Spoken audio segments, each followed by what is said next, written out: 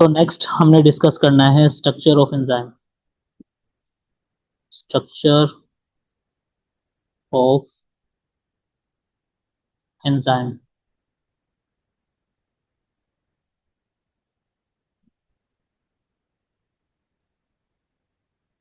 तो structure of enzyme में हम एंजाइम के स्ट्रक्चर के बारे में पढ़ेंगे कि एंजाइम किस तरह के नजर आते हैं, एंजाइम किससे मिलके बने होते हैं और ये सब। तो सबसे पहले इसके ए पार्ट में हम बात करेंगे इसके जनरल स्ट्रक्चर की, एंजाइम के जनरल स्ट्रक्चर की। कि जनरल स्ट्रक्चर में एंजाइम होता किस तरह का है। तो एंजाइम के बारे में ये बात याद रखनी है कि जो एंजाइम्स हैं, enzymes are three dimensional. Enzymes क्या हैं? थ्री डायमेंशनल ग्लोब्यूलर प्रोटीन्स हैं।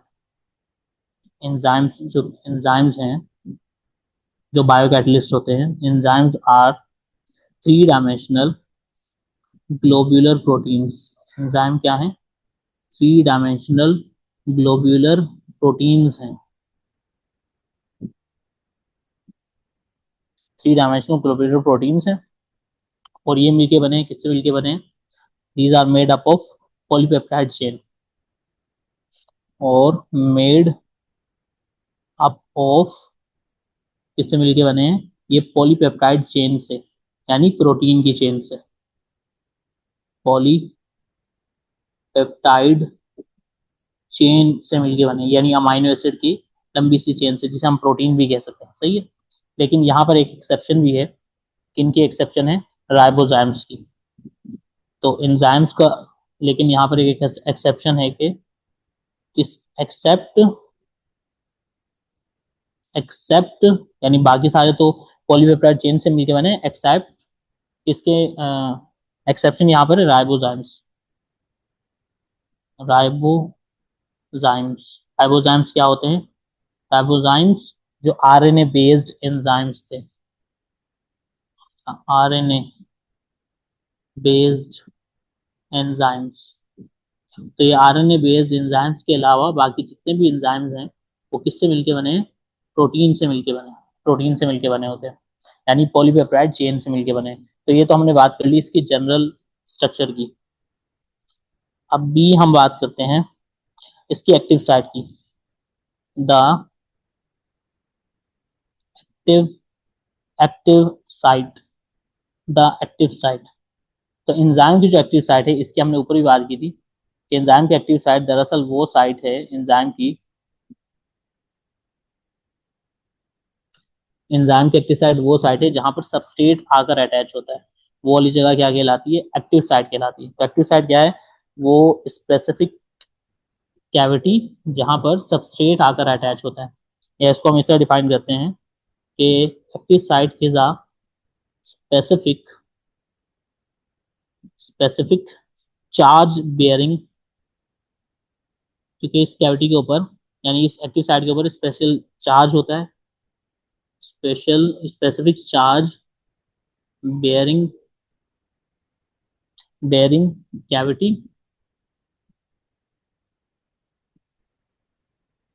Three dimensional cavity. ये दरअसल एक चार्ज रखने वाली, क्योंकि इसके ऊपर एक प्रॉपर चार्ज होता है जो सबस्ट्रेट को अपने साथ अट्रैक्ट करेगा, अपनी तरफ खींचेगा। तो एंजाइम्स के बाद स्पेसिफिक चार्ज बेयरिंग कैविटी होती है, थ्री डी कैविटी होती है, वेयर सबस्ट्रेट बाइंड्स, जहां पर सबस्ट्रेट आकर बाइंड करता है, वेयर सबस्ट्रेट बाइंड्स, जहां पर सबस्ट्रेट आकर जुड़ेगा, उस जगह को हम क्या कहते हैं? एक्टिव साइट कहते हैं। अब ये जो एक्टिव साइट है, इसके बारे में ये बात याद रखनी है कि जो एक्टिव साइट है हमारे पास, ये एक्टिव साइट कुछ ज्यादा प्रोटीन से, ज्यादा अमाइनो एसिड से नहीं मिलके बनी होती है। जो एक्टिव साइट है, it is formed by, it is formed by only, ये सिर्फ और सिर्फ 3 से 12 अमाइनो एसिड से मिलकर बनी होती है। 3 से 12 अमाइनो एसिड इसमें पाए जाते हैं। वैसे हमने बात की थी कि जो प्रोटीन्स हैं, कि जो एंजाइम्स हैं, इसमें बहुत सारे प्रोटीन्स होते हैं, बहुत सारे अमाइनो एसिड्स होते हैं। लेकिन उनमें से ज्यादातर जो अमाइनो एसिड्स हैं वो वो अमाइनो एसिड ज्यादातर जो है वो एंजाइम का स्ट्रक्चर मेंटेन करते हैं। एंजाइम के एक्टिव साइट बनाने वाले वो 3 से 12 ही होते हैं। तो 3 से 12 ये जो हमारे पास अमाइनो एसिड्स हैं ये क्या बनाते हैं, एक्टिव साइट बनाते हैं। एक्टिव साइट बनाना इनका काम होता है। सही, इनका काम होता है। फॉर एग्जाम्पल, जैसे कि हमारे पास एक एंजाइम है जिसका नाम है एल्डोलेज। एल्डोलेज, जो एल्डोलेज एंजाइम है इसकी जो एक्टिव साइट होती है, एल्डोलेज एंजाइम की जो एक्टिव साइट है, इस एक्टिव साइट में 3 अमाइनो एसिड्स होते हैं। इस एक्टिव साइट में 3 अमाइनो एसिड्स पाए जाते हैं। और इस एक्टिव साइट के जो 3 अमाइनो एसिड्स हैं वो ये हैं। पहला अमाइनो एसिड जो वहाँ होता है उसका नाम है ग्लाइसिन। ग्लाइसिन। नंबर 2 वहाँ होता है एलानिन। Glycine, alanine. और इसके अलावा यहाँ पर होता है histidine, number 3। Number 3 is histidine. तो ये 3 अमाइनो एसिड्स कहाँ पाए जाते हैं, aldolase enzyme.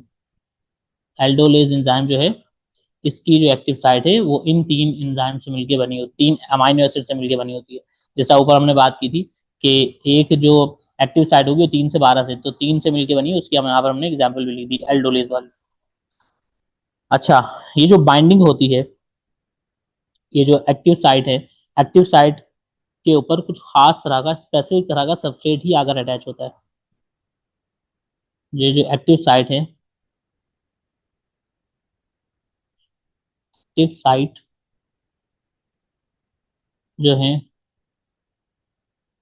Only allow, only allow specific substrate, ये सिर्फ स्पेसिफिक सबस्ट्रेट को अलाउ करती है कि वो आकर इससे अटैच हो जाए। हर एक सबस्ट्रेट यहाँ पर आकर अटैच नहीं हो सकता। अच्छा, ये जो एक्टिव साइट और सबस्ट्रेट के दरमियान में इंटरेक्शन होगी, बॉन्डिंग होगी, ये जो बॉन्ड है या इंटरेक्शन है,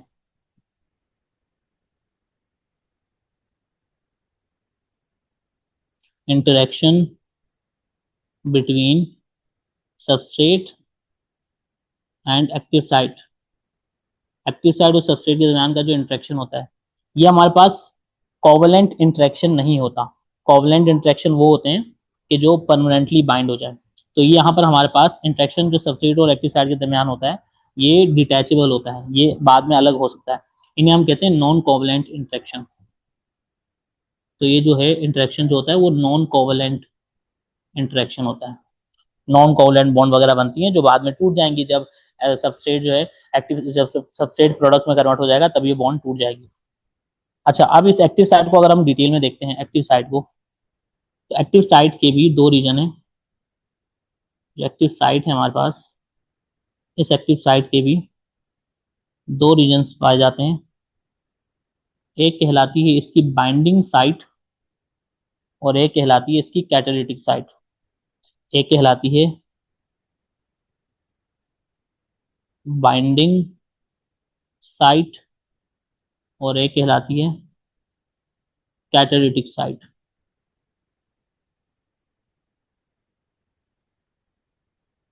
कैटालिटिक साइट, तो 2 साइट होती हैं। जो हमारे पास बाइंडिंग साइट है, binding site and catalytic site. जो बाइंडिंग साइट है, बाइंडिंग साइट इसका काम होता है कि सबस्ट्रेट को अपने साथ टेम्पररी तौर पर अटैच करना। तो इसका काम है टेम्पररी, टेम्पररी बॉन्ड बनाना, टेम्पररी तौर पर बॉन्डिंग करना विद सबस्ट्रेट, सबस्ट्रेट के साथ टेम्पररी तौर पर जुड़ना। ये किसका काम है, बाइंडिंग साइट का। और कैटालिटिक साइट का काम ये होता है, यहाँ पर वो अमाइनो एसिड्स होते हैं जो कन्वर्ट करते हैं। इसका काम है कन्वर्जन ऑफ, इसका काम होता है कन्वर्ट करना या कन्वर्जन करना, कन्वर्जन ऑफ सबस्ट्रेट, सबस्ट्रेट का कन्वर्जन इनटू प्रोडक्ट, तो सबस्ट्रेट को प्रोडक्ट में कन्वर्ट करना। एक्टिव साइट के अंदर की तरफ दो जगह होती हैं। एक्टिव साइट के अंदर कुछ अमाइनो एसिड्स होते हैं जिनका काम होता है टेम्पररी बॉन्डिंग बनाना सबस्ट्रेट के साथ, तो वो सिर्फ अटैचमेंट में हेल्प करती है, वो वाली जगह कहलाती है बाइंडिंग साइट। और एक्टिव साइट के अंदर ही एक जगह है जो कहलाती है कैटालिटिक साइट, जिसका काम है कन्वर्ट करना सबस्ट्रेट को प्रोडक्ट के साथ, सबस्ट्रेट को कनेक्ट करना, कन्वर्ट करना सबस्ट्रेट को प्रोडक्ट में, सबस्ट्रेट को प्रोडक्ट में कन्वर्ट कर देना, ये काम होता है कैटालिटिक साइट का। अच्छा, इसके अलावा हमने ये सबसे पहले बात की थी हमने ये जनरल स्ट्रक्चर की, भी हमने एक्टिव साइट की। अब सी यहाँ पर हम बात करेंगे कुछ दूसरे एंजाइम्स की जो प्रोटीन के अलावा दूसरी चीजों से मिलकर बने होते हैं, उन्हें हम कहते हैं कॉन्जुगेटेड एंजाइम्स, जिनके साथ नॉन प्रोटीन पार्ट भी होता है। तो सी हम स्ट्रक्चर डिस्कस करेंगे, कॉन्जुगेटेड एंजाइम्स।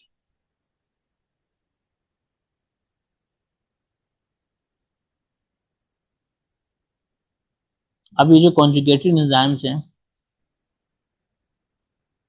ये वो स्पेशल तरह के एंजाइम्स होते हैं जिनको रिक्वायर्ड होता है नॉन प्रोटीन पार्ट ताकि ये एक्टिव हो जाए। यानी कॉन्जुगेटेड एंजाइम्स जो होते हैं, they require they require non protein part,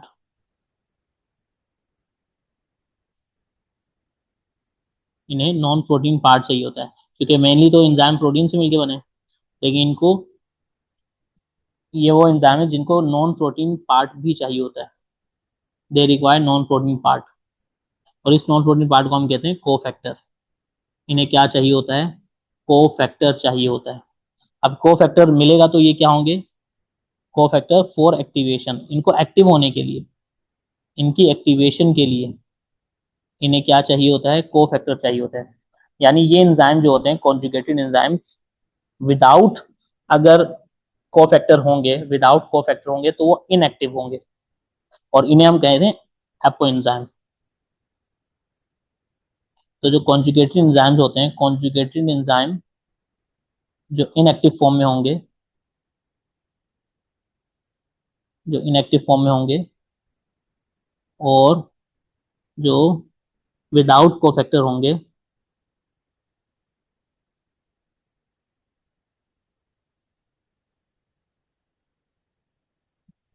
without cofactor होंगे, ऐसे कॉन्जुगेटेड एंजाइम्स जो इनएक्टिव होते हैं, विदाउट कोफैक्टर होते हैं, उनके लिए टर्म यूज की जाती है, उन्हें हम कहते हैं एपो एंजाइम। उन्हें कहा जाता है एपो एंजाइम, यानी इनएक्टिव एंजाइम। तो एपो एंजाइम होते हैं इनएक्टिव एंजाइम्स। जब ये एपो एंजाइम कोफैक्टर के साथ जुड़ते हैं, जब ये एपो एंजाइम कोफैक्टर के साथ जुड़ेंगे, यहाँ बस एपो एंजाइम है, एपो एंजाइम कंबाइन होगा किसके साथ? कोफैक्टर के साथ, तब ये एक्टिव बन जाएंगे, तब ये क्या हो जाएंगे? एक्टिव हो जाएंगे। और इस एक्टिव वाले एंजाइम को, जो एक्टिव हो गया है, इस एक्टिव वाले एंजाइम को कहा जाता है होलो एंजाइम, होलो एंजाइम। तो होलो एंजाइम क्या है? एक्टिव एंजाइम है। एपो एंजाइम क्या है? इनएक्टिव एंजाइम है।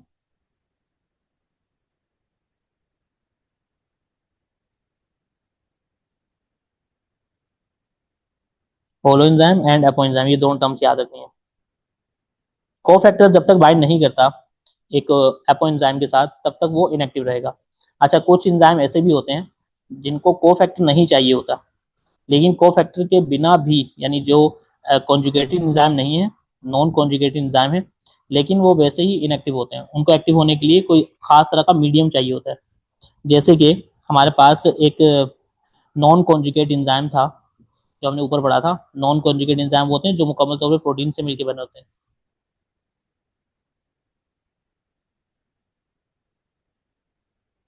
नॉन कॉन्जुगेटेड एंजाइम्स जो प्योरली किससे मिलकर बने होते हैं? प्रोटीन से। प्योरली प्रोटीन्स होते हैं। अब ये जो नॉन कॉन्जुगेटेड एंजाइम्स हैं ये भी कभी कभार इनएक्टिव होते हैं, जैसे कि पेप्सिन जो है हमारे पास, पेप्सिन की इनएक्टिव फॉर्म हमारे स्टमक में पाई जाती है जिसे हम कहते हैं पेप्सिनोजेन। तो पेप्सिनोजेन जो है, पेप्सिनोजेन जो है हमारे पास, ये इनएक्टिव फॉर्म है। ये क्या है? इनएक्टिव है। लेकिन इसको एक्टिव होने के लिए कोफैक्टर नहीं चाहिए। इसे एक्टिव होने के लिए कोफैक्टर नहीं चाहिए। इसे बस एक खास मीडियम चाहिए जिस मीडियम में ये एक्टिव हो जाएगा, और वो होता है एसिडिक मीडियम जो HCl की वजह से मिलेगा। तो होता ये है कि जो पेप्सिनोजेन है ये है तो inactive, but does not require cofactor. लेकिन इसे एक्टिव होने के लिए कोफैक्टर नहीं चाहिए, बल्कि इसे अगर एक्टिव होना है तो उसके लिए लगेगा HCl। उसके लिए क्या लगेगा? HCl। और जब HCl मौजूद होगा स्टमक में, HCl जो है हाइड्रोक्लोरिक एसिड, HCl जो है ये कन्वर्ट करेगा पेप्सिन को, पेप्सिनोजेन को, पेप्सिनोजेन को उसकी एक्टिव स्टेट में, एक्टिव स्टेट यानी पेप्सिन में। तो कुछ एंजाइम ऐसे भी होते हैं जो होते हैं इनएक्टिव हैं, लेकिन उन्हें कोफैक्टर नहीं चाहिए, वो बिना कोफैक्टर के ही एक्टिव हो सकते हैं। उनको बस एक खास मीडियम चाहिए, जैसे कि इसे पेप्सिनोजेन को HCl वाला मीडियम चाहिए। HCl मिलेगा तो HCl पेप्सिनोजेन को एक्टिव कर देगा। अब जिन्हें कोफैक्टर चाहिए उनकी बात कर लेते हैं। अब कोफैक्टर जिनको चाहिए होता है, अब वही हम कोफैक्टर के बारे में पढ़ते हैं कि कोफैक्टर क्या है।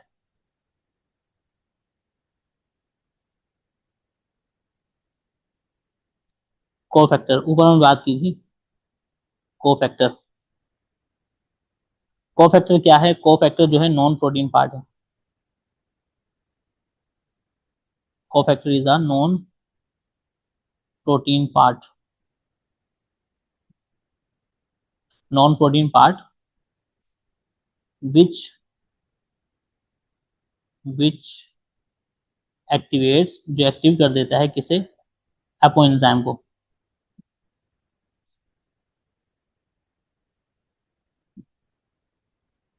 जो एपो एंजाइम को एक्टिवेट करता है, और एपो एंजाइम जो एक्टिवेट होता है तो वो क्या बन जाता है? होलो एंजाइम बन जाता है। Which activate apo enzyme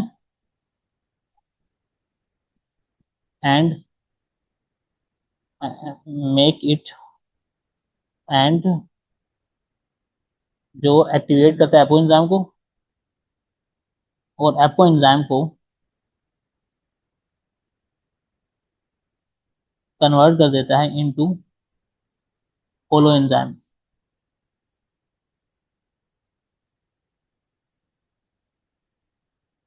apo enzyme को होलो एंजाइम में कन्वर्ट कर देता है, उसे हम कहते हैं कोफैक्टर। अब कोफैक्टर की डिफरेंट टाइप्स होती हैं, कोफैक्टर की डिफरेंट टाइप्स होती हैं, उन्हें हम यहाँ देखेंगे। अब कोफैक्टर हमारे पास दो तरह से हो सकते हैं, या तो कोफैक्टर ऑर्गेनिक होंगे या फिर कोफैक्टर क्या होंगे? इनऑर्गेनिक होंगे। तो यहाँ पर कोफैक्टर जो है, फॉर एग्जांपल अगर कोफैक्टर जो है इनऑर्गेनिक है, इनऑर्गेनिक मटेरियल है, कोफैक्टर क्या है? इनऑर्गेनिक आयंस वगैरह हैं, इनऑर्गेनिक मटेरियल है कुछ। अगर हमारे पास इनऑर्गेनिक मटेरियल है कोफैक्टर, तो ये इनऑर्गेनिक वाला जो कोफैक्टर है हमारे पास, इनऑर्गेनिक वाला कोफैक्टर, ये नॉर्मली होता है हमारे पास डिटैचेबल। डिटैचेबल, डिटैचेबल का मतलब ये है कि एक बार ये एपो एंजाइम को होलो एंजाइम में कन्वर्ट करेंगे, जब रिएक्शन हो जाएगा तो ये फिर से होलो एंजाइम को एपो एंजाइम में कन्वर्ट कर देंगे। यानी इनऑर्गेनिक जो कोफैक्टर होते हैं ये डिटैचेबल होते हैं, एक बार जुड़ गए तो परमानेंटली नहीं जुड़ते, टेम्पररी तौर पे जुड़ते हैं। डिटैचेबल एंड डिटैच हो सकते हैं, और ये टेम्पररी होते हैं, टेम्पररी तौर पे एंजाइम को एक्टिव करते हैं। ये करते क्या हैं, ये इसकी एग्जांपल देख लेते हैं पहले। इनऑर्गेनिक जो हमारे पास मेटल आयंस वगैरह इसमें आते हैं, मेटल आयंस वगैरह इसकी एग्जांपल है। जो इनऑर्गेनिक कोफैक्टर हैं, जैसे कि हमारे पास मैग्नीशियम है, आयरन है, मैग्नीशियम है, कोबाल्ट है, जिंक है।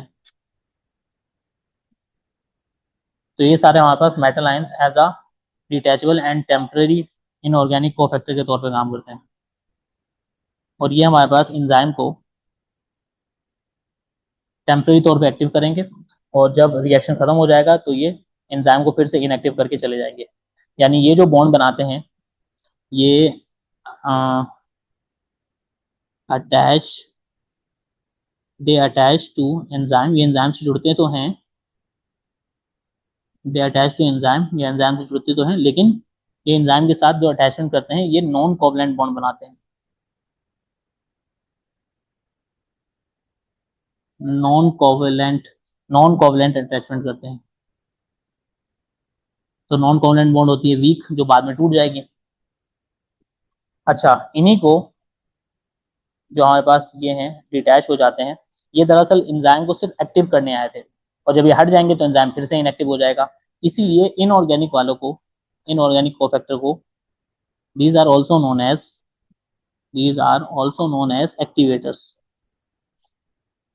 इन्हीं को हम एक्टिवेटर्स भी कह सकते हैं।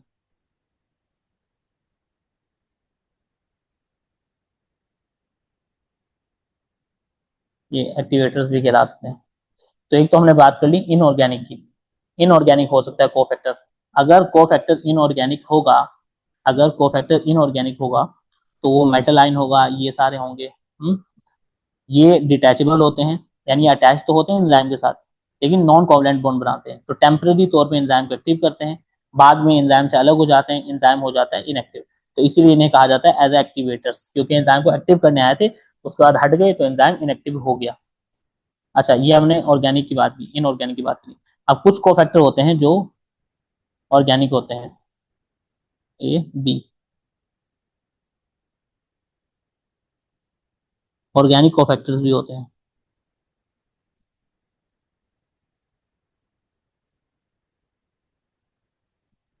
अब ऑर्गेनिक कोफैक्टर्स जो हमारे पास हैं, ऑर्गेनिक कोफैक्टर्स दो तरह से हो सकते हैं।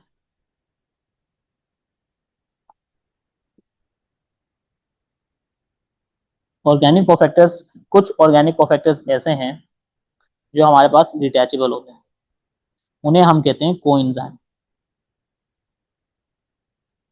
ऐसे ऑर्गेनिक कोफैक्टर्स जो डिटैचेबल होते हैं उन्हें कोएंजाइम कहा जाता है। तो कोएंजाइम क्या है? ऐसे organic cofactor which are detachable, जो क्या होते हैं? डिटैचेबल होते हैं एंड टेम्पररी होते हैं। सही है। इन्हें हम एक्टिवेटर्स इसलिए नहीं कह रहे क्योंकि ये हमारे पास ऑर्गेनिक मटेरियल होंगे। एक्टिवेटर्स जो होते हैं इनऑर्गेनिक होते हैं। तो ऑर्गेनिक कोफैक्टर्स जो हैं वो कोएंजाइम हो सकते हैं, यानी ऐसे ऑर्गेनिक मॉलिक्यूल हो सकते हैं जो हमारे पास वो होंगे, डिटैचेबल होंगे, टेम्पररी तौर पे होंगे, और ये रिएक्शन के बाद ये फिर से एंजाइम को इनएक्टिव बना देंगे। इसमें हमारे पास एग्जांपल है जो डेरिवेटिव्स ऑफ वाइटामिन वगैरह होते हैं।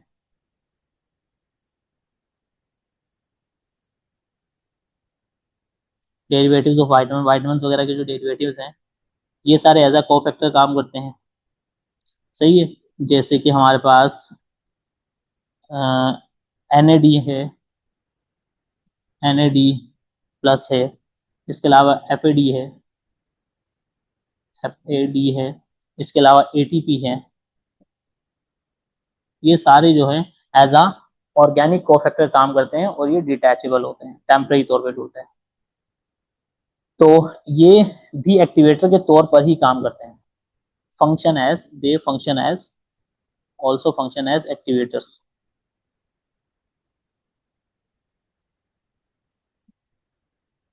फंक्शन एज एक्टिवेटर, ये एक्टिवेटर की तरह ही काम करते हैं, लेकिन एक्टिवेटर्स यूजुअली जो है ऊपर वाले को कंसिडर किया जाता है जो इनऑर्गेनिक होते हैं। लेकिन ऑर्गेनिक एक्टिवेटर्स कौन है? कोएंजाइम है।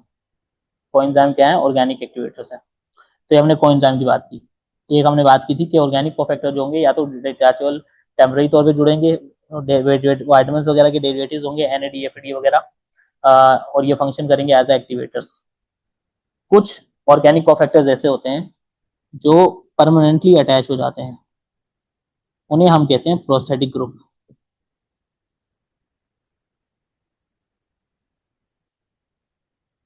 प्रोस्थेटिक ग्रुप, उन्हें प्रोस्थेटिक ग्रुप कहा जाता है। प्रोस्थेटिक ग्रुप जो है इस कोएंजाइम के ऑपोजिट है वो ऑर्गेनिक ही, लेकिन ये क्या है, डिटैचेबल नहीं होते हैं, ये जो है परमानेंट होते हैं। ये जो हमारे पास है ये डिटैचेबल नहीं होते, नॉन डिटैचेबल,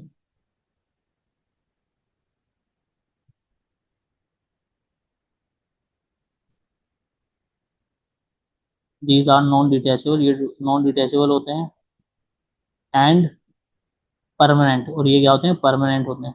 यानी एक एंजाइम के साथ जाके जुड़ेंगे, एंजाइम को परमानेंटली एक्टिव कर देंगे, उसके बाद एंजाइम कभी भी इनएक्टिव नहीं होगा। तो इन्हें हम कहते हैं प्रोस्थेटिक ग्रुप। प्रोस्थेटिक वो ऑर्गेनिक मॉलिक्यूल्स हैं जो हमारे पास, अच्छा को एंजाइम जो थे, को एंजाइम भी जो बॉन्ड बनाएंगे वो नॉन कोवलेंट बॉन्ड बनाएंगे, नॉन कोवलेंट बॉन्ड बनाएंगे क्योंकि टेम्पररी बॉन्ड बनाते हैं। जबकि ये जो हमारे पास है प्रोस्थेटिक ग्रुप जो है ये बनाएगा कोवलेंट बॉन्ड।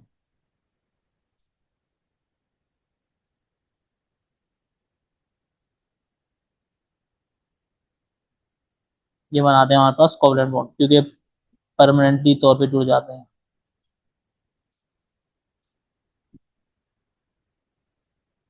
ये बनाते हैं कोवलेंट बॉन्ड।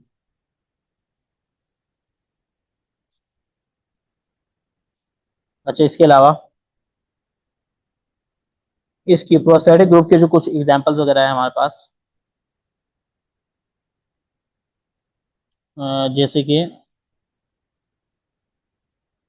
प्रोस्थेटिक ग्रुप जो है इसकी एग्जांपल है हमारे पास, जैसे कि आयरन कंटेनिंग पोरफायरिन रिंग्स जो होता है साइटोक्रोम के पास,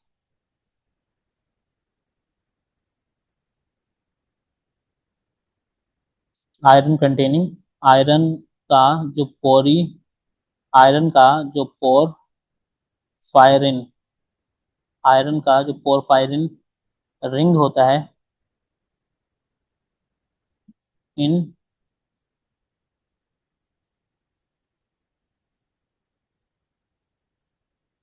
इन साइटोक्रोम, जो साइटोक्रोम्स होते हैं, साइटोक्रोम कॉम्प्लेक्स वगैरह, तो साइटोक्रोम्स के पास जो आयरन कंटेनिंग फॉर आयरन वाला पोरफायरिन रिंग होता है, ये पोरफायरिन रिंग जो है, आयरन वाला जो रिंग है, ये प्रोस्थेटिक ग्रुप है, ये साइटोक्रोम को मुकम्मल तौर पर एक्टिव कर देता है। इससे इसके अलावा मैग्नीशियम कंटेनिंग रिंग होता है, पोरफायरिन रिंग होता है जो क्लोरोफिल के पास होता है, जो मैं जो क्लोरोफिल को परमानेंटली एक्टिव कर देता है। मैग्नीशियम कंटेनिंग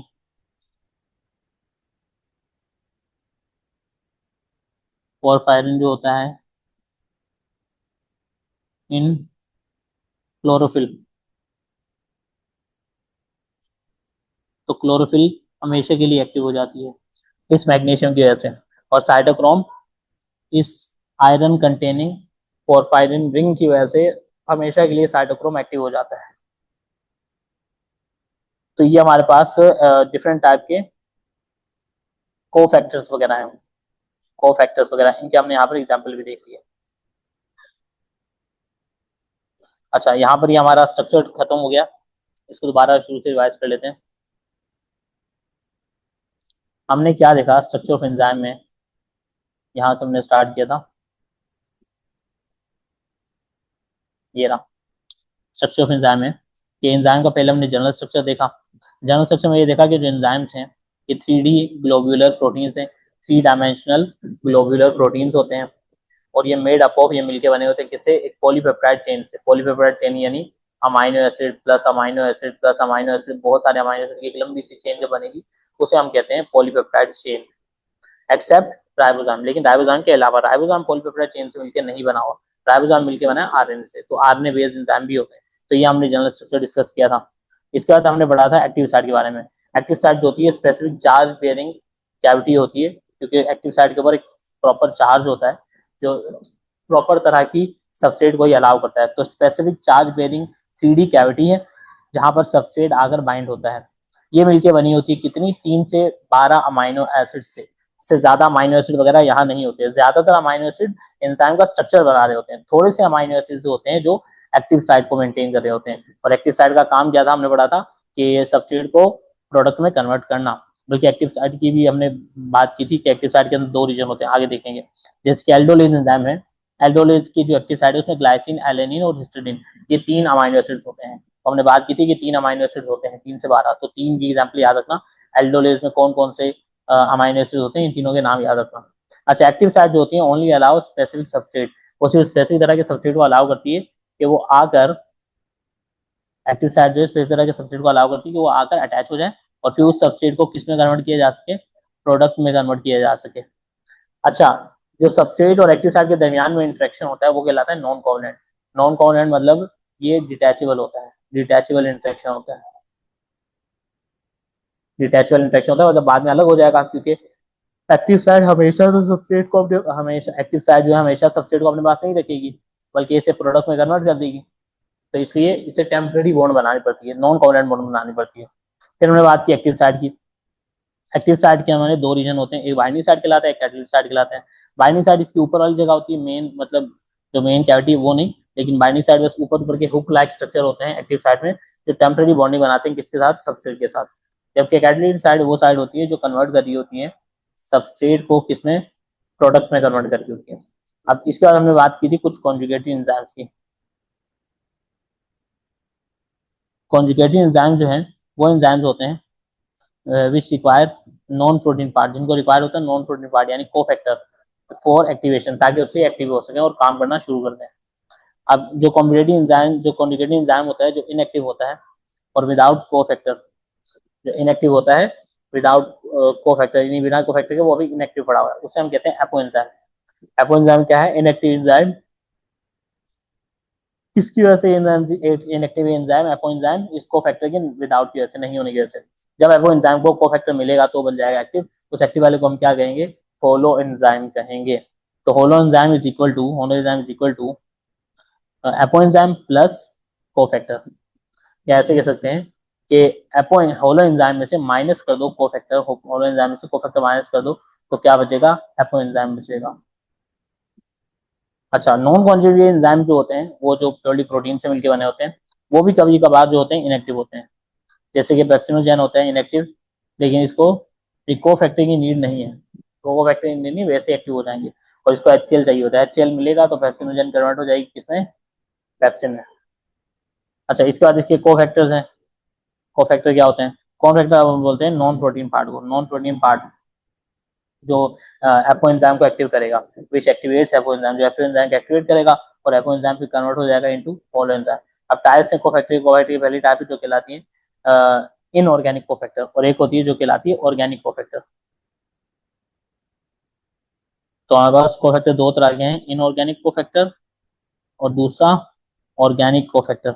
जो इनऑर्गेनिक कोफैक्टर हैं, इनऑर्गेनिक वो हमेशा डिटैचेबल होते हैं, टेम्पररी होते हैं, टेम्पररी तौर पे आगे जुड़ते हैं एंजाइम के साथ और बाद में अलग हो जाते हैं। जैसे कि metal ion, iron, magnesium, cobalt, zinc, ये थोड़ी देर के लिए जुड़ेंगे। इनऑर्गेनिक जो मेटल आयन वगैरह होते हैं टेम्पररी तौर पे अटैच होंगे एंजाइम के साथ, उसको एक्टिव करेंगे फिर अलग हो जाएंगे, यानी ये नॉन कोवलेंट बॉन्ड बनाते हैं। इन्हीं को हम एक्टिवेटर्स कह सकते हैं क्योंकि एंजाइम को एक्टिव करने के लिए बने हैं। अच्छा, इसके अलावा ऑर्गेनिक कोफैक्टर जो होते हैं, ऑर्गेनिक कोफैक्टर जो ऑर्गेनिक कोफैक्टर जिनका कार्बन हाइड्रोजन वगैरह होगा, ये 2 तरह के हो सकते हैं, या तो ये कोएंजाइम होंगे या फिर ये प्रोस्टैटिक ग्रुप होंगे। अगर ये डिटैचेबल हैं और टेम्पररी तौर पे जुड़ते हैं तो ये हमारे पास, अगर ये हमारे पास डिटैचेबल हैं तो टेम्पररी तौर पे जुड़ते हैं तो ये कोएंजाइम कहलाएंगे। और अगर यही ऑर्गेनिक वाला कोफैक्टर नॉन डिटैचेबल है, परमानेंट तौर पे अगर एंजाइम से जुड़ा है, एंजाइम को मुकम्मल तौर पर एक्टिव कर रहा है, तो उसे प्रोस्टैटिक ग्रुप कहा जाएगा। तो प्रोस्टैटिक ग्रुप और कोएंजाइम ये दोनों ही क्या है, ऑर्गेनिक कोफैक्टर है, दोनों ही क्या है, ऑर्गेनिक कोफैक्टर ही है। बस ये वाला ऑर्गेनिक कोफैक्टर ऐसा है, ऑर्गेनिक कोफैक्टर ऐसा है जो डिटैचेबल होता है, जिसे हम कहते हैं कोएंजाइम। और ये ऐसा है जो नॉन डिटैचेबल है, परमानेंट, इसे हम कहते हैं प्रोस्टैटिक ग्रुप। जैसे कि हमारे पास कोएंजाइम की एग्जांपल है डेरिवेटिव वाइटामिन्स, वाइटामिन्स की डेरिवेटिव एनएडी, एफएडी, एटीपी वगैरह, ये एक्टिवेटर के तौर पर काम करते हैं, लेकिन प्रॉपर एक्टिवेटर नहीं कहलाते। एक्टिवेटर तो वही कहलाते हैं इनऑर्गेनिक वाले जो ऊपर हमने पढ़ा था। ये नॉन कोवलेंट बॉन्ड बनाते हैं, जिससे वो ऊपर वाले भी नॉन कोवलेंट बॉन्ड बनाते हैं इनऑर्गेनिक कोफैक्टर वाले। प्रोस्टैटिक ग्रुप जो हमारे पास है, प्रोस्टैटिक ग्रुप ये नॉन डिटैचेबल होता है, परमानेंटली तौर पर एंजाइम से जुड़ जाता है, कोवलेंट बॉन्ड बनाता है, जिसका आयरन पोरिफायरिन जो रिंग है साइटोक्रोम के पास चाहिए होती है साइटोक्रोम को काम करने के लिए, और साइटोक्रोम इसकी मौजूदगी में मुकम्मल तौर पर एक्टिव हो जाता है। इस तरह क्लोरोफिल जो है मैग्नीशियम पोरफायरिन की वजह से क्लोरोफिल मुकम्मल तौर पर एक्टिव हो जाता है। तो ये दोनों हमारे पास एग्जाम्पल है इस प्रोस्टैटिक ग्रुप की, तो एग्जाम्पल भी अच्छे देख लेनी है। तो यहाँ पर हमने एंजाइम का स्ट्रक्चर डिस्कस कर लिया। अब इसके बाद इसका मैकेनिज्म ऑफ एक्शन हम डिस्कस करेंगे कि एंजाइम का मैकेनिज्म ऑफ एक्शन क्या होता है, किस तरीके से एंजाइम काम करते हैं। अच्छा, नेक्स्ट टॉपिक जो हमें डिस्कस करना है वो है मैकेनिज्म ऑफ एंजाइम एक्शन, कि एंजाइम्स जो हैं उनका मोड ऑफ एक्शन क्या है, कि वो किस तरीके से एक्टिविटी परफॉर्म करते हैं। तो यहाँ पर हम लिखते हैं मैकेनिज्म ऑफ एंजाइम एक्शन।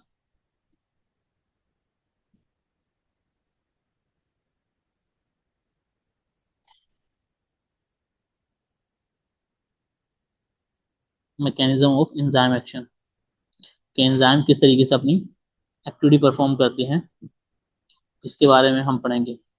अब पहले हम पूरे इसके जनरल स्टेप्स देख लेते हैं कि एंजाइम किस तरीके से अपनी एक्टिविटी परफॉर्म करते हैं। तो इसके स्टेप कुछ इस तरह से हैं कि सबसे पहले हमारे पास एक जो हमारे पास जनरल स्टेप्स हैं, स्टेप्स ये हैं कि सबसे पहला स्टेप है जो कहलाता है बाइंडिंग। पहला स्टेप क्या कहलाता है? बाइंडिंग कहलाता है। बाइंडिंग का मतलब ये होता है कि हमारे पास एक एंजाइम है, एक एंजाइम है और एक हमारे पास है सबस्ट्रेट। तो एंजाइम और सबस्ट्रेट आपस में बाइंड होंगे, आपस में जुड़ेंगे। जब ये आपस में बाइंड हो जाएंगे तो इनके दरमियान में नॉन कोवलेंट बॉन्ड बनेगी, और बाइंडिंग के बाद एक दूसरा स्टेप होगा जो कहलाता है फॉर्मेशन ऑफ ईएस कॉम्प्लेक्स। सबसे पहले इसकी बाइंडिंग होगी, जिससे क्या होगा, फॉर्मेशन होगी ऑफ ईएस कॉम्प्लेक्स, यानी एंजाइम सबस्ट्रेट कॉम्प्लेक्स। तो सबसे पहले बाइंडिंग होगी, बाइंडिंग के बाद बनेगा formation of ES complex, enzyme substrate complex बनेगा। तो स्टेप नंबर वन हम इस तरह लिख देते हैं कि स्टेप नंबर वन है binding of enzyme and substrate. Enzyme और सबस्ट्रेट का आपस में बाइंड करना, जुड़ना, एंजाइम एंड सबस्ट्रेट। फिर दूसरा है formation of ES complex, enzyme और सबस्ट्रेट का जुड़ जाना और ईएस कॉम्प्लेक्स का बन जाना, ये दूसरा स्टेप है। थर्ड स्टेप जो है, third step, step number three, वो कहलाता है कन्वर्जन। कन्वर्जन, कन्वर्जन किसका? Conversion of,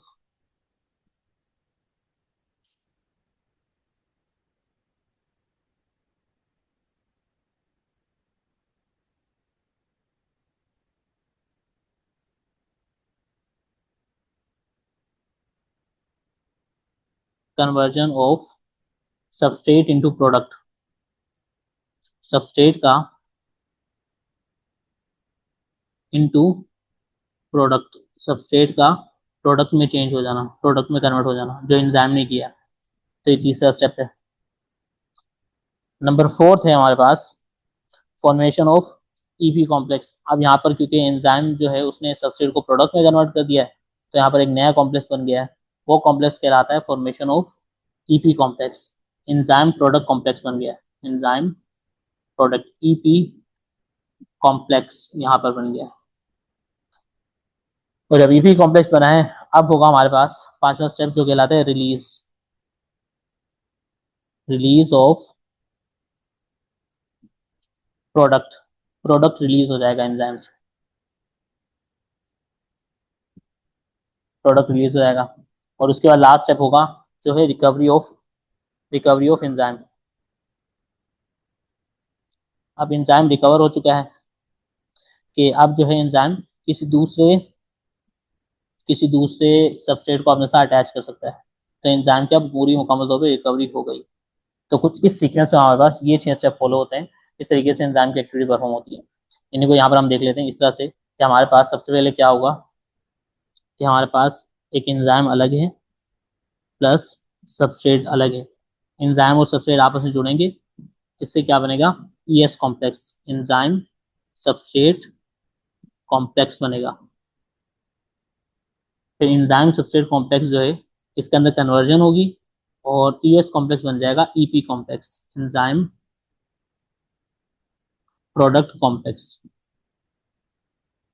enzyme product complex, EP EP complex, enzyme product complex. और उसके बाद प्रोडक्ट अलग हो जाएगा और एंजाइम अलग हो जाएगा, एंजाइम अलग प्लस प्रोडक्ट अलग हो जाएगा जो सेपरेट होके अलग हो जाएगा। तो एंजाइम यहाँ जिस तरह का था उसी तरह का एंजाइम हमें एट द एंड देखने को मिलेगा।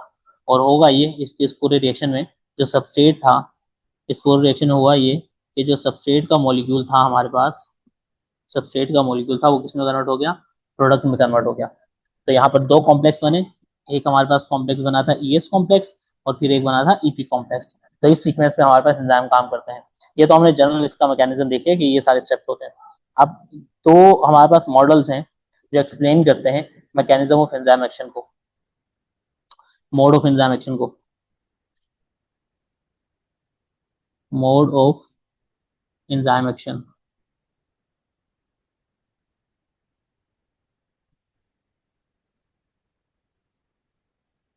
एंजाइम का जो मोड ऑफ एक्शन है कि एंजाइम किस तरीके से अपनी एक्टिविटी परफॉर्म करेंगे, इस बारे में दो मॉडल्स हैं, दो थ्योरीज हैं, टू मॉडल्स हैं जो इस चीज़ को एक्सप्लेन करते हैं कि एंजाइम की एक्टिविटी किस तरीके से होती है। फर्स्ट जो मॉडल है वो कहलाता है लॉक एंड की मॉडल। फर्स्ट जो मॉडल है वो कहलाता है लॉक एंड की मॉडल। लॉक एंड की मॉडल। अब लॉक एंड की मॉडल के मुताबिक जो लॉक एंड की मॉडल है, पहले इसकी बात कर लेते हैं। अब ये जो लॉक एंड की मॉडल है ये प्रपोज किया था हमारे पास एक साइंटिस्ट ने जिसका नाम है इमिल फिशर।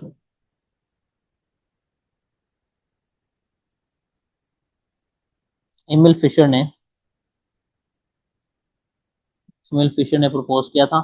कब प्रपोज किया था, ये तकरीबन 1898 में और 1894 में। अब ये बात यहाँ देखनी है गौर से कि हमारे पास जो सिंध की बुक है उसमें हमारे पास ये डेट मेंशन है सिंटेक्स बुक में, और फेडरल की बुक में ये डेट मेंशन है। तो ये डेट अगर नम्स का कोई टेस्ट दे रहा है, नम्स का, तो उसके अंदर ये डेट को फॉलो करेगा, और एमडी कैट का टेस्ट दे रहा है उसमें ये डेट फॉलो होगी। तो ये डेट याद रखें। तो एमिल फिशर ने 1898 में एक मॉडल प्रपोज किया था कि लॉक एंड की मॉडल। इस मॉडल के हिसाब से इसने ये बताया था कि एंजाइम की जो एक्टिव साइट है वो बहुत ही ज़्यादा रिजिड होती है, हार्ड होती है। फॉर एग्जाम्पल हमारे पास एक एंजाइम है यहाँ पर, सही है, मैं यहाँ एक एंजाइम बना लेता हूँ। जैसे कि हमारे पास एक एंजाइम है, ये रहा,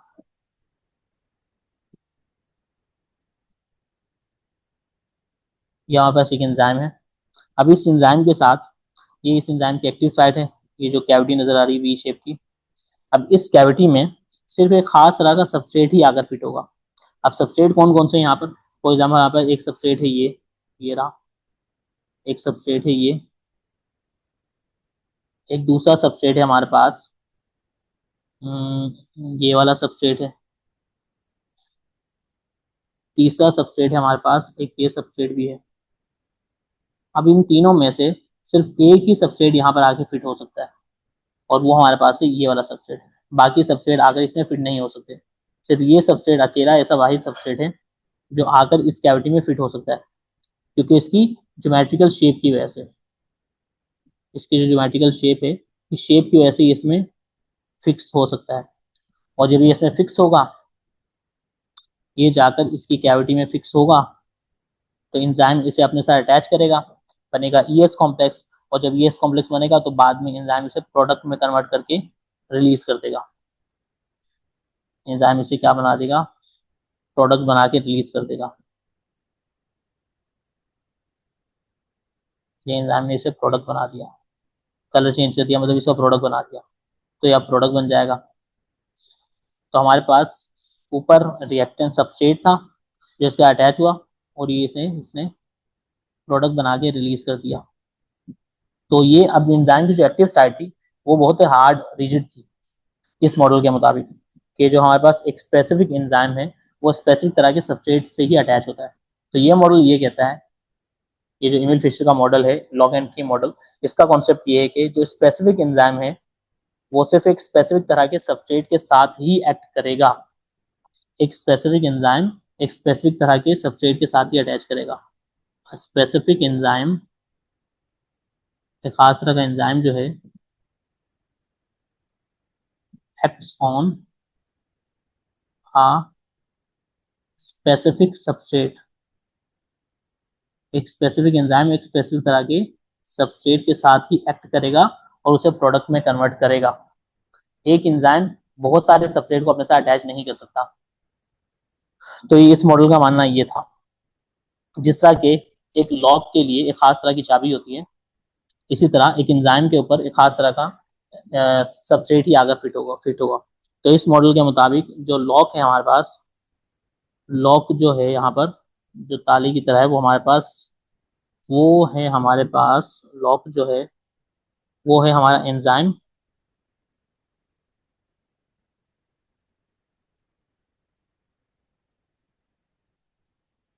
लॉक जो है वो है एंजाइम,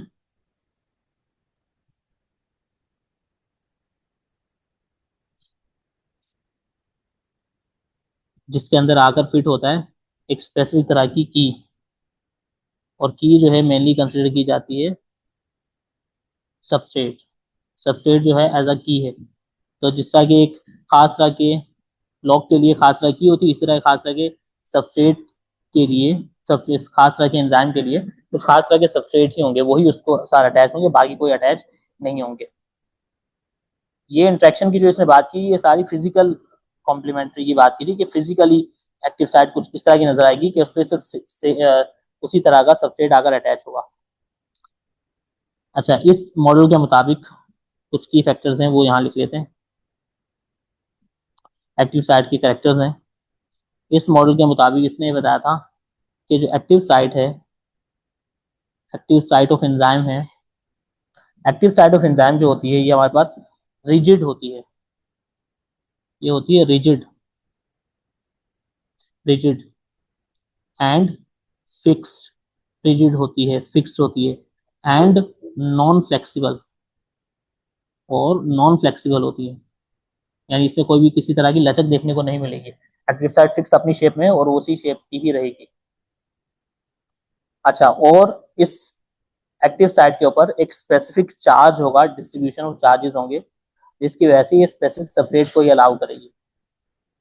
ये जो एक्टिव साइट है ये हार्ड रिजिड होगी, and this active site has specific distribution of charge. इस एक्टिव साइट के ऊपर स्पेसिफिक तरह का चार्ज होगा, स्पेसिफिक चार्ज होगा, जिसकी वजह से ये सिर्फ स्पेसिफिक सबस्ट्रेट को अलाउ करेगा। तो ये सिर्फ, तो एक्टिव साइट जो है हमारे पास कुछ इस तरह की होती है, और it only allows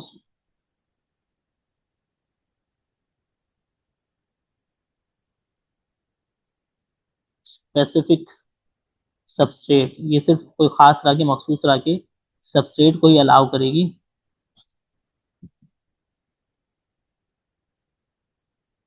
to to bind, कि वो आकर इससे बाइंड कर लें, कि बाइंडिंग अलाउ करेगी, हर एक को अलाउ नहीं करेगी। अच्छा, एक्टिव साइट जो होती है फिक्स होती है। एक्टिव साइट में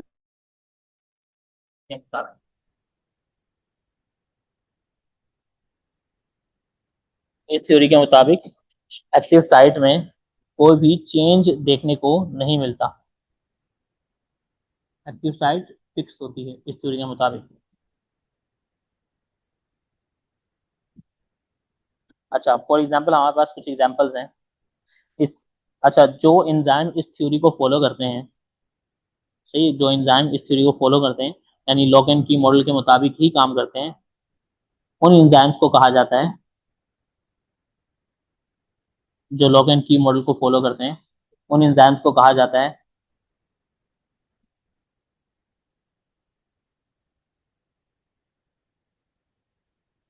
जो लॉक एंड की को फॉलो करते हैं,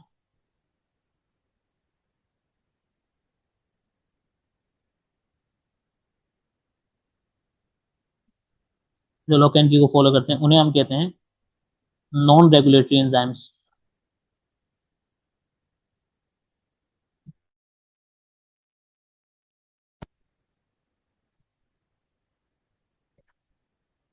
तो ऐसे एंजाइम्स,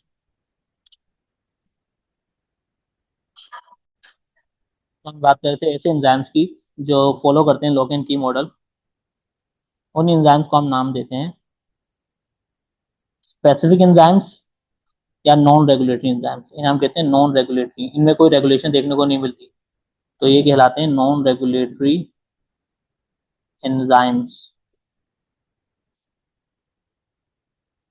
और इन्हें हम स्पेसिफिक एंजाइम्स भी कहते हैं।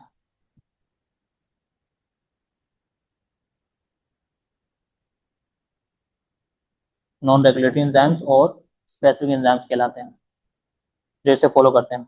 अब इसके हमारे पास एग्जांपल्स हैं कुछ, जो नॉन रेगुलेटरी एग्जांपल्स हैं, नॉन रेगुलेटरी एंजाइम्स हैं। जैसे कि हमारे पास एक एंजाइम है जो कहलाता है सक्रेज। सक्रेज। एक एंजाइम है हमारे पास जो कहलाता है माल्टेज। माल्टेज। और एक एंजाइम है हमारे पास जो कहलाता है यूरिएज। यूरिएज। तो ये जो तीन एंजाइम हैं ये स्पेसिफिक तरह के सबस्ट्रेट पर ही एक्ट करते हैं, यानी इनके अंदर एक्टिव साइट इनकी फिक्स होती है। अब सक्रियज जो है हमारे पास, और माल्टेज जो है, और यूरिएज जो है, ये स्पेसिफिक तरह के सबस्ट्रेट के साथ ही एक्ट करते हैं। जैसे कि सक्रियज जो है वो ब्रेक डाउन करता है सक्रोज का, जो एक कार्बोहाइड्रेट है, और माल्टेज जो है माल्टोज का ब्रेक डाउन करवाता है, जो एक दूसरी टाइप का कार्बोहाइड्रेट है। और यूरिएज जो है वो यूरिया का ब्रेक डाउन करता है। तो ये हमारे पास डिफरेंट तरह के एंजाइम्स हैं, जो सारे एंजाइम किसे फॉलो करते हैं, ये तीनों एंजाइम लॉक एंड की मॉडल को फॉलो करते हैं। तो ये तीन एग्जांपल्स भी याद रखनी है। तो फर्स्ट मॉडल हमने यहाँ पढ़ लिया, सही, जिस मॉडल के मुताबिक एंजाइम जो है, ये जो एंजाइम की जो मोड ऑफ एक्शन है कुछ इस तरह से फॉलो होता है। पहले दोबारा वो यहाँ से हम देख लेते हैं। मैकेनिज्म ऑफ एंजाइम एक्शन हम पढ़े थे, यहाँ से हमने पढ़ना स्टार्ट किया था, यहाँ से। तो मैकेनिज्म ऑफ एंजाइम एक्शन में पहला स्टेप है हमारे पास, स्टेप्स हम देखें कि सबसे पहले एंजाइम और सबस्ट्रेट की बाइंडिंग होती है, जिससे फॉर्मेशन होता है ईएस कॉम्प्लेक्स की, फिर कन्वर्जन होती है सबस्ट्रेट इनटू प्रोडक्ट, फिर फॉर्मेशन होता है ईपी कॉम्प्लेक्स। और जब ईपी कॉम्प्लेक्स बन जाता है,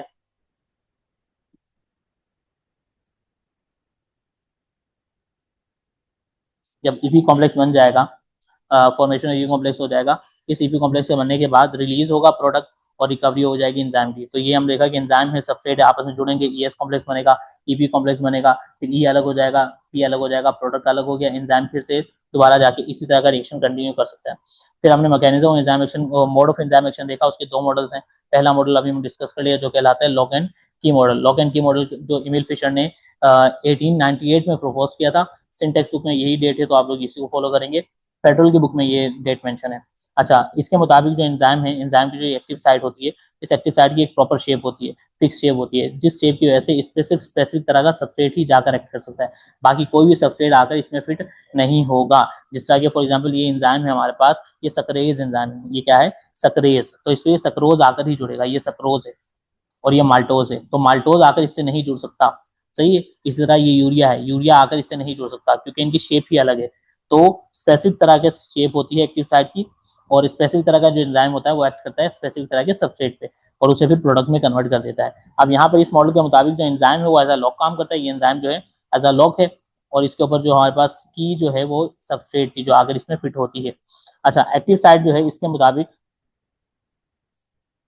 इस मॉडल के मुताबिक जो एक्टिव साइट है, इस मॉडल के मुताबिक जो एक्टिव साइट है वो क्या होती है, रिजिड होती है, फिक्स्ड होती है, नॉन फ्लेक्सिबल होती है, सही है। और एक्टिव साइट की एक स्पेसिफिक चार्ज भी होता है जो स्पेसिफिक तरह के अलाउ करता, only allow specific substrate to bind, के स्पेसिफिक तरह का सबस्ट्रेट आकर ही बाइंड करेगा।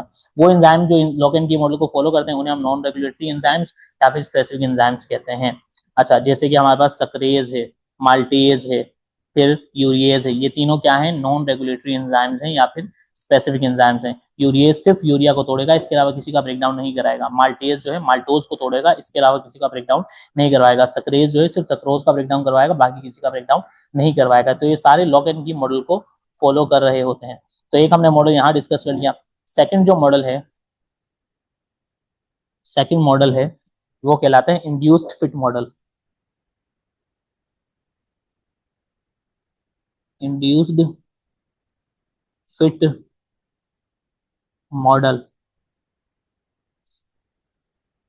अब इंड्यूस्ड फिट मॉडल जो है ये हमारे पास प्रपोज किया था साइंटिस्ट ने, जिसका नाम है डैनियल कोशलैंड।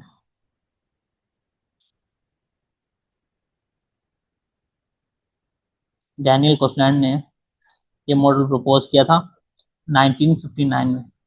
ये 2024 के एमपीकेट में क्वेश्चन आया था कि जो इंड्यूस्ड फिट मॉडल है डैनियल कोशलैंड ने कब प्रपोज किया। तो 1959 में प्रपोज किया था, ये करेक्ट ऑप्शन था। तो 1959 ये डेट भी याद रखनी है आपने। अच्छा, इस मॉडल के मुताबिक जो एंजाइम है उसकी एक फिक्स शेप नहीं होती। यानी फॉर एग्जांपल हमारे पास एक एंजाइम है, एक हमारे पास एंजाइम है, कुछ ये रहा। अब इस एंजाइम की जो एक्टिव साइट है इसकी कोई एक प्रॉपर शेप नजर नहीं आएगी। ये हमारे पास एक एंजाइम है, इस एंजाइम की एक्टिव साइट की कोई प्रॉपर शेप नहीं है। अब यहाँ पर हमारे पास सबस्ट्रेट हैं अलग अलग। एक सबस्ट्रेट ये वाला है, राउंड सबस्ट्रेट है। एक सबस्ट्रेट ये है, सही है। और एक सबस्ट्रेट हमारे पास है यही वाला। अभी तीन तरह के सबस्ट्रेट है। अब जैसा सबस्ट्रेट इसके पास जाएगा, फॉर एग्जांपल ये राउंड वाला सबस्ट्रेट अगर इसके पास जाता है एक्ट करने के लिए, तो ये एंजाइम अपने अंदर चेंज लाएगा। एंजाइम क्या चेंज लाएगा, एंजाइम जो है अपनी एक्टिव साइट की शेप को चेंज कर लेगा और अकॉर्डिंग टू सबस्ट्रेट कर लेगा। जिस तरह का सबस्ट्रेट इसके पास आया है उसी तरह की शेप कर लेगा। यानी इसने राउंड शेप बना ली, ताकि ये जो राउंड वाला एंजाइम था, ये राउंड वाला जो सबस्ट्रेट था, ये सबस्ट्रेट इजीली यहाँ पर इसके अंदर आके फिट हो सके। जब ये फिट हो जाएगा फिर ये इसे प्रोडक्ट में कन्वर्ट कर देगा और प्रोडक्ट में कन्वर्ट करके इसे रिलीज कर देगा। और फिर ये इसकी शेप जो है फिर से वही एबनॉर्मल सी इरेगुलर सी शेप बन जाएगी। यानी इस मॉडल के मुताबिक ये मॉडल ये कहता है कि एंजाइम की एक्टिव साइट की कोई प्रॉपर शेप होती ही नहीं है, प्रॉपर शेप नहीं होती। उस एक्टिव साइट की शेप में चेंजेस वगैरह देखने को मिल सकते हैं। यहाँ पे इसने गोल वाले प्रोडक्ट को बाहर रिलीज करवा दिया है, ये प्रोडक्ट बना दिया। तो एंजाइम की एक्टिव साइट चेंज हो सकती है, इस मॉडल के मुताबिक ये है। तो ये मॉडल कहलाता है इंड्यूस्ड फिट मॉडल। तो इंड्यूस्ड फिट मॉडलों का मानना ये था कि जो हमारे पास एक एंजाइम है, एक सबस्ट्रेट है, इस मॉडल के मुताबिक जो सबस्ट्रेट है, सबस्ट्रेट जब भी एंजाइम के पास जाएगा सबस्ट्रेट इंड्यूसेस चेंज। इंड्यूस का मतलब होता है लेकर आना, इंड्यूस करता है चेंज, यानी चेंज लेकर आता है इन active site of enzyme. Enzyme के एक्टिव साइट में चेंज लेकर आता है कौन, सबस्ट्रेट। जैसा सबस्ट्रेट उसके बाद जाएगा एंजाइम अपनी एक्टिव साइट को चेंज कर लेता है। यानी इस मॉडल के मुताबिक जो हमारे पास एक्टिव साइट है, इसने ये बताया इस मॉडल के मुताबिक जो एंजाइम की एक्टिव साइट है, एक्टिव साइट ऑफ एंजाइम जो है ये हमारे पास रिजिड नहीं है। Active site is flexible. इस साइट क्या होती है, इज नॉट रिजिड, और रिजिड नहीं है, एंड नॉट फिक्स्ड, फिक्स्ड भी नहीं है, एंड फ्लेक्सिबल, और क्या है, फ्लेक्सिबल है, लचकदार है। उसमें चेंजेस देखने को मिल सकते हैं, सही, उसमें चेंजेस वगैरह देखने को मिलते हैं जिस तरह। और ये जो चेंज आता है इसके अंदर एक्टिव साइट में, ये जो चेंज आता है एक्टिव साइट में, एक्टिव साइट में जो चेंज आता है, it changes according to substrate. Substrate, ये सबस्ट्रेट के मुताबिक चेंज आता है। जिस तरह का सबस्ट्रेट उसके पास आएगा वो उसी तरह की शेप कर लेगा। जैसे कि ऊपर डायग्राम में हमने देखा कि ये वाला सबस्ट्रेट गया था तो इसने सर्कुलर बना ली, अगर ये जाता तो ये एक्टिव साइड अपनी ट्रायंगुलर बना चुका होता।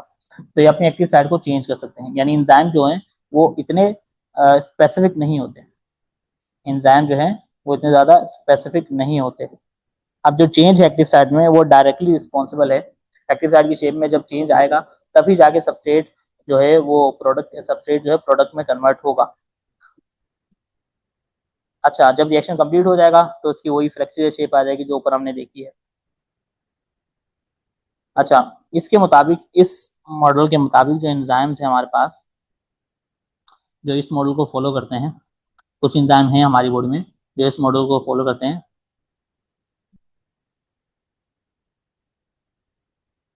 Enzymes which follow induce fit model, induce fit model को आईएफएम को फॉलो करते हैं, उन्हें हमने नाम दिया है, उन्हें हम कहते हैं रेगुलेटरी एंजाइम, क्योंकि इनमें रेगुलेशन देखने को मिलती है, चेंज देखने को मिलता है, तो ये कहलाते हैं रेगुलेटरी एंजाइम्स। और या इन्हें हम कहते हैं नॉन स्पेसिफिक एंजाइम। ये स्पेसिफिक एंजाइम नहीं है, नॉन स्पेसिफिक है, क्योंकि इनके अंदर चेंज देखने को मिल रहा है, ये मखसूस एक्टिविटी नहीं कर रहे, डिफरेंट तरह के सबस्ट्रेट को भी अलाउ कर रहे हैं, तो ये नॉन स्पेसिफिक एंजाइम भी कहलाते हैं। अच्छा, इसकी हमारे पास कुछ एग्जांपल्स हैं।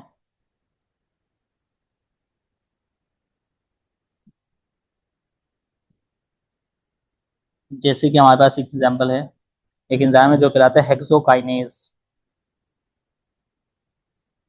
Hexokinase,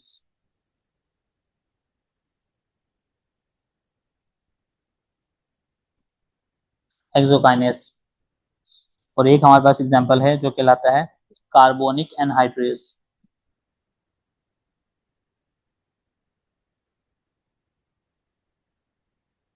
carbonic anhydrase. अब ये जो दो एंजाइम्स हैं, ये दोनों एंजाइम जो हैं फॉलो करते हैं इंड्यूस फिट मॉडल को। किसको फॉलो करते हैं? इंड्यूस्ड फिट मॉडल को, यानी ये अपनी शेप में कुछ चेंजेस लेकर आते हैं। अब इनके काम क्या है? जो हेक्सोकाइनेज है ये हमारे पास यूज होता है ग्लाइकोलाइसिस में,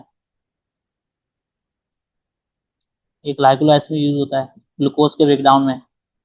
तो इसकी शेप में चेंज लेकर आता है, वरना ये ग्लाइकोलाइसिस नहीं करवा पाता, ये ग्लूकोज वगैरह को अपने साथ अटैच नहीं करवा पाता, लेकिन इसकी शेप में चेंज आता है तब जाके ये ग्लाइकोलाइसिस करवा पाता है।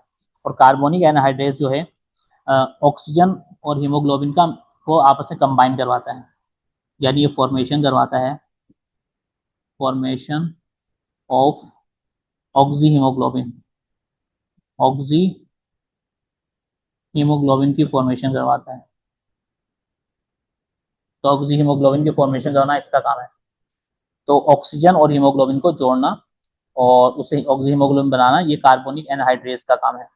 तो कार्बोनिक एनहाइड्रेज वैसे तो नॉर्मली नहीं कर सकता ऑक्सीजन को, ऑक्सीजन और हीमोग्लोबिन को अपने साथ अटैच नहीं कर सकता, लेकिन अगर ये अपने अंदर चेंज ले आता तब ये कर पाएगा, तो ये अपने अंदर चेंज ले आता है।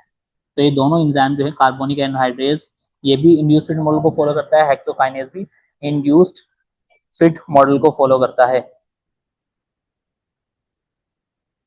तो ये हमारे पास दो मॉडल हैं जो लॉक एंड की मॉडल को एक्सप्लेन करते हैं।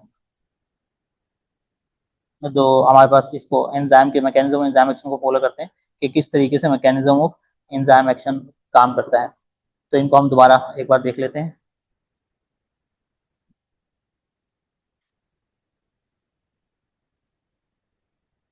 ये हमने यहाँ से ये वाला मॉडल देख लेते हैं, इंड्यूसमेंट मॉडल। इंड्यूसमेंट मॉडल के मुताबिक जो नैलन कोशनर ने इसने ये 1959 में प्रपोज किया था, इसने बताया था कि एंजाइम की जो एक्टिव साइट है उसकी जो एक्टिव साइट एंजाइम की वो फ्लेक्सिबल होती है, लचकदार होती है। जिस तरह का सब्सट्रेट उसके पास आएगा वो उस तरह की उसके अंदर चेंज ले आता है ताकि ये अटैचमेंट हो जाए, ईएस कॉम्प्लेक्स बन जाए, फिर ईपी कॉम्प्लेक्स बनेगा, फिर ये प्रोडक्ट अलग हो जाएगा। अच्छा, इस थ्योरी के मुताबिक, इस मॉडल के मुताबिक जो सबस्ट्रेट होते हैं वो इंड्यूस करते हैं change active site of enzyme में, एक्टिव साइट एंजाइम में चेंज लेकर आते हैं। और एक्टिव साइट जो होती है ना तो रिजिड होती है ना ही फिक्स होती है, बस वो फ्लेक्सिबल होती है, लचकदार होती है। और एक्टिव साइट जो होती है चेंज होती है अकॉर्डिंग टू सबस्ट्रेट, जिस तरह का सबस्ट्रेट आएगा उसी तरह की अपनी शेप चेंज कर लेगी। कुछ एंजाइम इस मॉडल को फॉलो भी करते हैं, उन्हें हम कहते हैं रेगुलेटरी एंजाइम, क्योंकि उनमें अंदर रेगुलेशन देखने को मिलती है, चेंज देखने को मिलता है। या फिर उन्हें हम नॉन स्पेसिफिक एंजाइम कहते हैं, जैसे कि हेक्सोकाइनेज है वो अपने अंदर रेगुलेशन लाता है ताकि ग्लाइकोलाइसिस करवा सके, कार्बोनिक एनहाइड्रेज अपने अंदर रेगुलेशन लगता है ताकि वो ऑक्सी हीमोग्लोबिन की फॉर्मेशन करवा सके। तो ये हमारे पास कुछ एंजाइम्स हैं, कुछ इस तरह से फॉलो करते हैं। तो ये हमने आज यहाँ से पढ़ा था। हमने mechanism of enzyme action discuss किया, इसको यहाँ से जल्दी से रिवाइज कर लेते हैं। तो मैकेनिज्म ऑफ एंजाइम एक्शन देखिए एंजाइम किस तरीके से अपनी एक्टिविटी परफॉर्म करते हैं।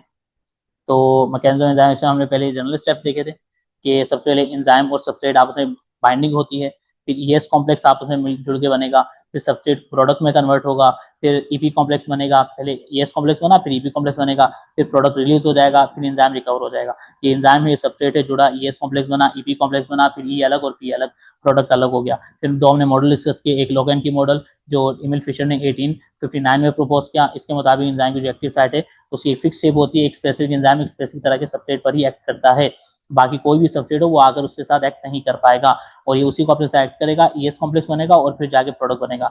यहाँ पर एंजाइम जो एज अ लॉक काम करता है और सबस्ट्रेट जो एज अ की काम करता है। एक्टिव साइट जो होती है रिजिड होती है, फिक्स होती है, नॉन फ्लेक्सिबल होती है। एक्टिव साइट जो होती है उसके ऊपर एक स्पेसिफिक चार्ज भी होता है जो स्पेसिफिक तरह की एंजाइम स्पेसिफिक तरह के सबस्ट्रेट को ही अलाउ करेगा। तो it only allows specific substrate to bind. और इसके अलावा जो हमारे पास एंजाइम्स हैं जो इस मॉडल को फॉलो करते हैं, लॉकेन की मॉडल को फॉलो करते हैं, लॉकेन की मॉडल को, उन्हें हम कहते हैं नॉन रेगुलेटरी एंजाइम, क्योंकि इनमें रेगुलेशन देखने को नहीं मिलती, या इन्हें हम कहते हैं स्पेसिफिक एंजाइम, क्योंकि वो स्पेसिफिक तरह की एक्टिविटी परफॉर्म करते हैं। जैसे कि सक्रियस है, सिर्फ सक्रोज को तोड़ता है, माल्टीएस सिर्फ माल्टोज को तोड़ेगा, यूरियस सिर्फ और सिर्फ यूरिया को तोड़ेगा।